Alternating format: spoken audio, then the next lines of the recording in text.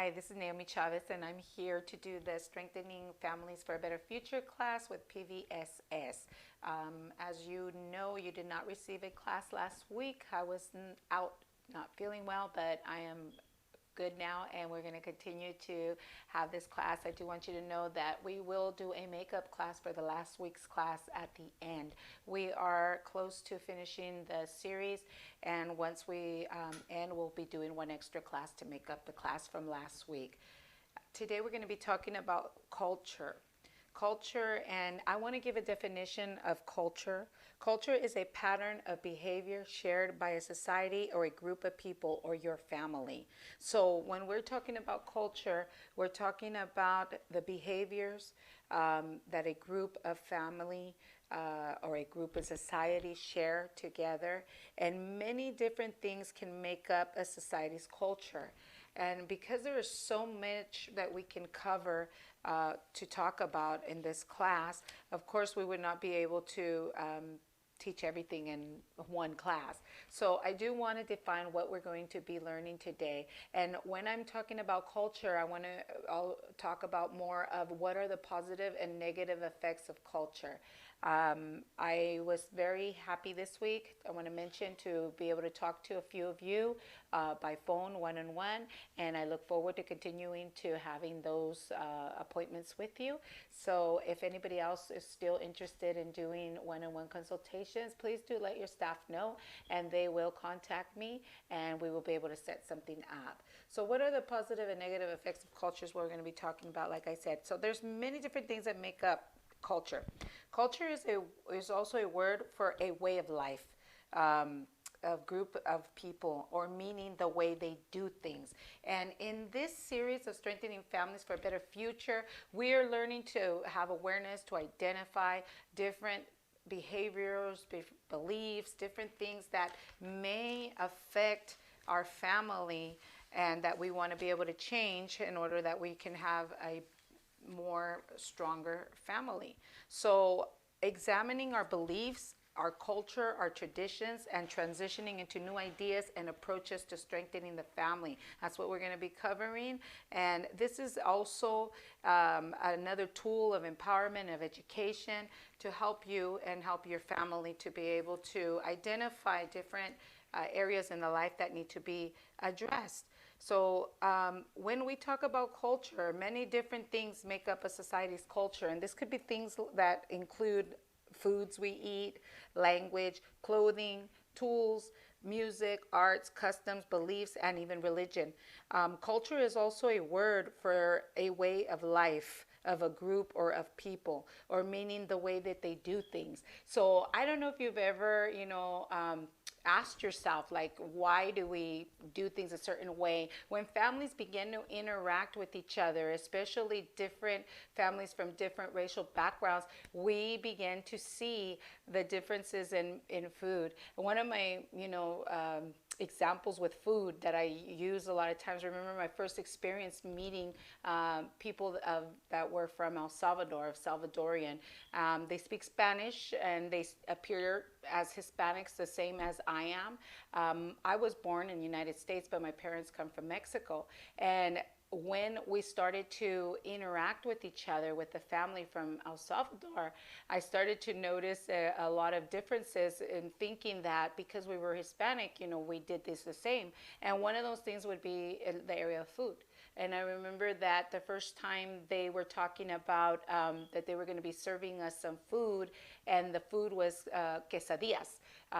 In Hispanic culture or in Mexican culture, we know that's going to be either a corn tortilla and a flour tortilla with cheese in the middle, and it's grilled, and it's a quesadilla. So I was with my daughter at the time, and we were going to be eating, and I was waiting for the quesadilla. And they brought out food, and we started to eat food, and we started eating different things. And well, as the night progressed, we never ate the quesadilla.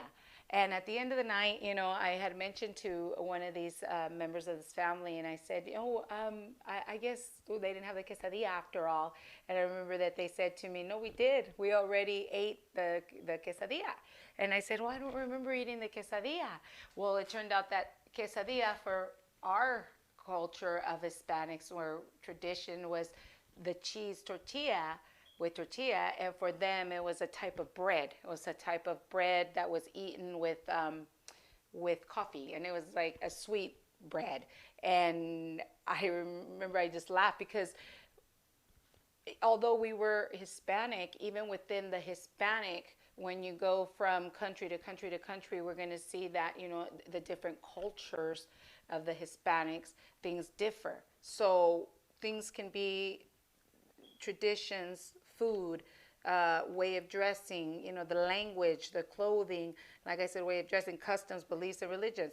And so it's a way they do things, the way they cook the food, the way they prep the food, the way that the children are raised, the way that the husband and the wife interact with each other, the beliefs we have towards society or towards certain things, toward drug use, toward alcohol use, beliefs, the way we do things, the way we think about things. Another way to look at this is the outlook or the attitudes, the values and morals and the goals and customs shared within that society or within that family, and that creates their culture.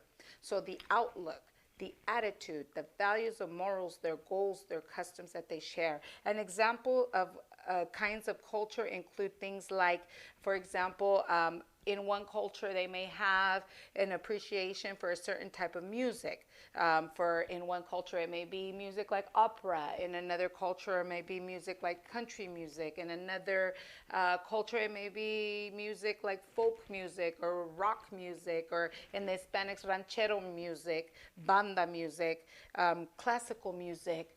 Different types of music according to different types of cultures possible. And some cultures have like a melting pot or a mix of different types of music, but each forms a culture. And an appreciation for types of food. In some places, it might be more leaning towards spicy foods. In other cultures, that might be more, with the savory or more of the sweets, different types of fruits, different types of vegetables. And even, as I look at cultures, in some cultures, eating certain types of food might be normal for them. I know there's cultures where they include things like, like insects and even bugs and things like that. And maybe in another culture that's like, ew, they don't eat that. So then there's other cultures too where I learned and realized that some cultures don't like to eat bottom feeder food like shrimps and things like that. And in Hispanic culture and in other cultures, seafood is, considered something really good for you, really great. So different cultures have to do with everything that I'm describing right now. So we have many different ways. And I want to talk about, even further into this on the belief system in the family and the family roles. So culture encompasses too much to teach in just one class. But I like to connect or relate it to a discussion on how sometimes our beliefs or our culture may contribute to some of the adverse experiences that we're talking about in this series. Also, the adverse experiences that you may have as a child or growing up. How does our culture, or how can our culture, negatively affect us, and where we can experience these things, like physical abuse, emotional abuse, addictions, or even low self-esteem. Again, we're talking about awareness, having an awareness. So people may ask, how does culture affect us? How does culture affect human interaction? What are the negative effects of culture? So many different ways, are cultural differences positive or negative? What influences a person's culture? What factors affect a culture? How does culture affect the family? So in this teaching, we're talking about how does culture affect the family. Culture families can influence in the area, the culture values can influence in communication, in the degree of interaction between family members, as well as, just every area that has to do with social rules, communication beliefs. all of it. It's all in the family, and culture strongly will influence what goes on in the family. So we want to also talk about how examining our culture and beliefs and traditions can help us identify some of the reasons a family can, end up practicing behaviors and choices that can affect the family negatively, and how by transitioning into a new ideas or approaches we can strengthen our families for a better future. So what I'm trying to tell you is that sometimes some of the beliefs that we have as a culture, some of the behaviors that maybe we have accustomed as a culture, some of the outlook that we have on certain subjects, certain topics, certain things in society, they can either strengthen the family or weaken the family, depending on what they are. And if need be, to identify which one of those may be negatively affecting the family, and then to be able to make changes for a better future. So, like, for example, in my culture, in my family, music was a big part of our family culture. And my father was a musician. And so, because he was a musician, he was Hispanic, and he used to play an instrument, and he used to be a part of a band, and he would play in things like, well, we in our culture, quinceañeras, and the big weddings, the Hispanic weddings, and he was part of this band. But then he also played in scenarios like in the bars and in the clubs and things like that, which led him into an environment of where alcohol was involved, where drugs were involved, and even into adultery. And this behavior that my father had was modeled into our family, and then my brothers began to take on the same pattern. So I personally, can tell you how that culture of music, wherein maybe one family, the type of music, the type of musical environment could have been something that strengthened that family. It could take the children to learn about many types of music and to have an appreciation for music, like I said, like opera or the classical or just all kinds of music, and just really focus on the music. But in our family, the culture that we had as a family, the music had a negative effect. Because the type of environment that my father's music created was an environment where there was lots of drinking, there was drug use, there was, he would have work and be in the bars, constantly. So coming home late at night and constantly working on the weekends, and all of that began to affect our family. But we just saw it as part of our culture. We just saw it as part of our family life. So for a long time, I didn't look at that as a negative thing until years later, that I was able to start to look back on our culture and identify that played a role, that played a part on what us as children were accepting and learning through the modeled behavior in my family. And it took us identifying it and understanding that what we had lived in our family culture was a part of later the problems that we were having as a family. So also in my culture, in my family culture, food is a big thing. Food is constantly used, in the parties and the gatherings, and I think in all cultures across. But because of our ancestors, because of our culture, because of where our roots, in our culture, we had traditions in the way we prepared food and the way we ate, and a lot of it was, highly fried food, a lot of oil, a lot of manteca, what we call lard, frying food, and the food choices were constantly food that was high in fat, was food that was fried and high in sugar, and that led to generations of high weight, of obesity, of heart problems, high blood pressure, and diabetes, and and other cultures experienced the same thing as I was experiencing in my family's culture. And so then we began to see generations, of people that are physically ill due to the food that we traditionally, culturally are used to eating. Some cultures are more prone to illnesses due to their culture's way of eating and preparing foods. So this is an area that we can look at. If we're suffering from diabetes, you're suffering from, physical ailments at different times, it's good to look at the culture. Traditionally, what are the kinds of foods that we incorporate into our family from tradition, from continually the method of cooking? Could there be that the methods of cooking and the food choices that we were having as a result of our culture could be contributing to as a negative effect on the family? And while other cultures have health because of their culture's way of eating and preparing food, I often look at cultures that are usually thinner, more healthier overall, and I ask, how do they eat? I remember I used to like to get my nails done. Well, I still do. Well, we're not doing it right now because of the salon's being closed. But I used to go, to these nail salons and get my nails done. And I used to ask a lot, where they were from.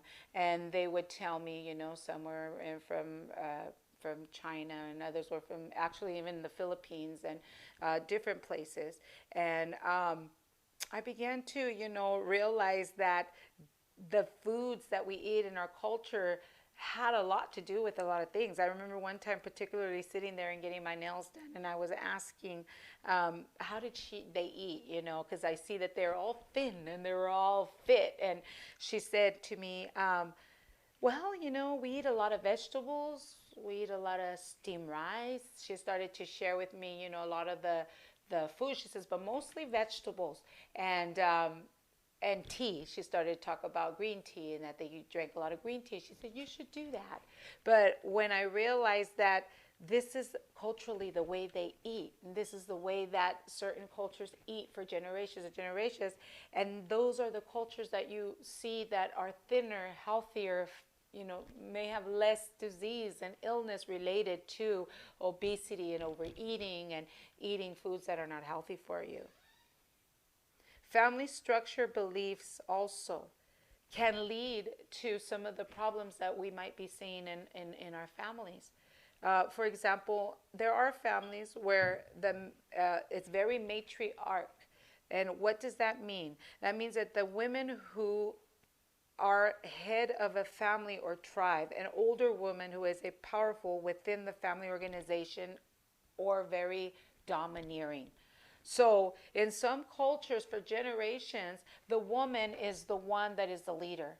And she is usually the one that everybody goes to for advice. She's usually the one, that makes the choices, makes the decisions. And some cultures have been that way. But what about generations later? What if the women, because they're culturally like that, end up negatively taking on a domineering personality where they don't know or are unable to share the authority with others? We have seen men in counseling in the years that I've been doing work. I remember I used to work in the jail, and I used to work there and do classes for domestic violence. And there was a time where I would sit with I had a class that I was doing, and the students would come, and they were inmates at the time. I would go into the jail, and there was some men who were very abusive toward women. And a couple of those women, it was interesting to me that a couple of those men, as we were doing interviews, talking to them about their experiences and, and the violence and all of that, and I was noticing a pattern in some that they had a testimony that when they were in jail, because of abuse toward women, but some of them began to disclose, that they had these inner feelings of hatred or anger toward women. And it was because of a negative treatment that they had suffered by their mothers. And as we began to ask more questions, they began to talk about how they had a mother that was very matriarch, very domineering, very, very strict, and not a matriarch in a positive way, but in a negative way. And therefore, they began to have resentment, anger, and realize that it was a direct connection to the way they treated women. And in the other side of it is the patriarch, culture where it's very patriarchal, meaning the male, a head of a family or tribe, a person regarded as the father, the male dominating figure. And it can lead also, if it's not a positive trait, it can turn into a negative trait. What do I mean by that? Well, male dominating figures can lead to male abuse or power of authority. Not always, but there's that possibility. The thought that he has the power and the authority to control and to abuse because he's the male, because he's the man. The home roles begin to also take effect in certain cultures where the man does not cook, the man does not clean, the man has only the decision making, the money handling, and his belief system and his culture is that just because he's the man, because I'm the man. So building a new empowering culture that will strengthen your family for a better future may be something that a family needs to do. If they begin to identify, for example, talking about the dominating man role, if there is a lot of, fighting and problems in the house because the woman feels, neglected in the area of getting help and support from the male because he feels that it's not his place, that it's a woman's job to wash the dishes. It's only a woman's job to mop. It's a woman's job to take care of the children, and that he should just go to work and make money and come home and that's it. Maybe it's time to rethink and relook at where that came from. Where did that, could it be it came from your belief system and your traditions and your culture? And is it a positive thing for your family, or is it something that is causing a negative result? So what do we do if we identify and we sit back and we start to look at and explore a little bit? Okay, so maybe my culture's view of the man does not need to do anything in the house and he just needs to work and that's a woman's job. Maybe that is not such an effective thing anymore. Maybe it's time for change. What if, the woman is a very domineering woman and it comes from her cultural beliefs? Maybe it's time for change. What if, everybody drinks alcohol because it's part of our culture. We drink, but yet you're seeing a result of a lot of alcoholism in the home. Maybe it's time for a change. What if, my culture, we've always, spanked our kids or physically, spanked the children to discipline. Maybe it's time to look at that and explore it a little bit more and say, is that a positive thing or an influence thing? So what if we want to make a change? So to build a new empowering culture that will strengthen your family for a better future, there are a few steps that can be taken. Step number 1, define what you want or desire your family's values to look like. Maybe you can say something like, I want both parents to help out in every aspect of household chores and decision making, money management, whatever it may be. Define it. And on your notes this week, you're supposed to take the notes down and turn them into the staff. I want you to go through these steps and fill it in. And then I want you to turn it in. So it's kind of like you're getting some homework. So step 1, define what you want or desire your family's values to look like. Step 2, look at what your family culture is like now and ask yourself, do I need to make changes? And you can write something about that. Look at what your family culture is like now and then ask yourself, do I need to make changes? Step 3, identify who or what can help you learn new ways and make changes. For example, identify a counselor, identify tools, self-help books. Begin to identify things that may help you learn new ways and how to make changes. It could be parenting books. It could be, self-help books. Talk to the staff. Talk to your case manager. And if you need, ask for a consultation with me and set something up. And that way I could give you a little bit more advice. And in doing so, you're going to identify, maybe you're saying, maybe Naomi could be the person. Maybe my case manager could be a person. So identify who or what can help you learn new ways, and write down your thoughts, what you feel, who or what can help you learn new ways. I mentioned some of them: counselors, tools, self-help books. Step 4, and write this down. You're going to be writing down step 4: invest time in learning new ways of thinking and changing behaviors.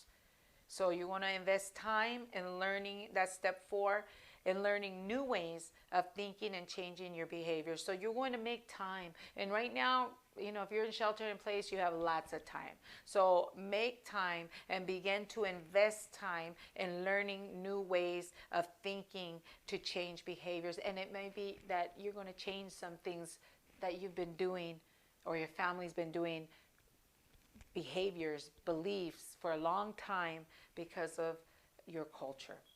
So then I have some questions. Question number 1, you want to ask, why does my family do what it does? Why does it act like it does? And why does it think like it does? And then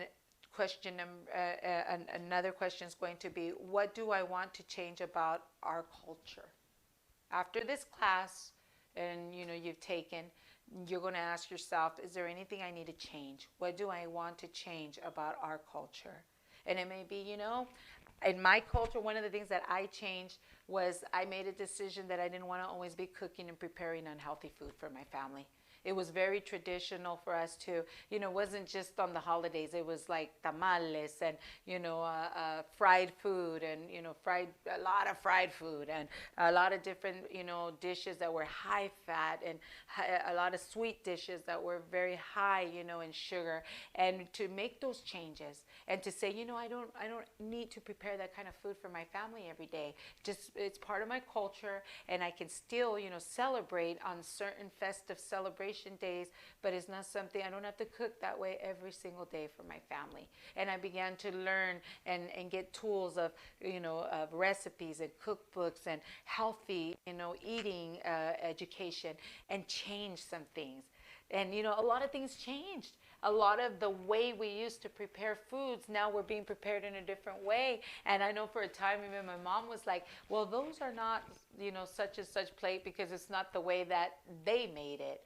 But, for example, even my tamales, there was a time I started making more vegetarian tamales, and they're used to making meat tamales. And it was kind of like, oh, that's not a tamal, but just incorporating and changing up things, to make them healthier. That might be a way, adopting the idea that alcohol doesn't have to be a part of every event in our life. And changing, some people, some cultures are accustomed to drinking wine often. But if you begin to see that there's an abuse going on, then maybe that's something that needs to change. Just because it's part of your culture doesn't mean that you can't change that culture and develop a new culture of not always doing it. So then lastly, I want you to ask, what do I want to hang on to? Because there's beautiful things in every culture, beautiful traditions in every culture, beautiful beliefs in every culture, and that not necessarily are negative, but are positive. So you want to write down a couple of, I want you to write down a couple of your beliefs, a couple of your traditions, maybe 1 or 2 that you want to hang on to, and then turn that in. And so once you do that, go ahead and turn it in, and I look forward to maybe seeing a couple of them, seeing what you guys put out there, okay? So thank you for this class and being here this week for this class, and we'll see you next week.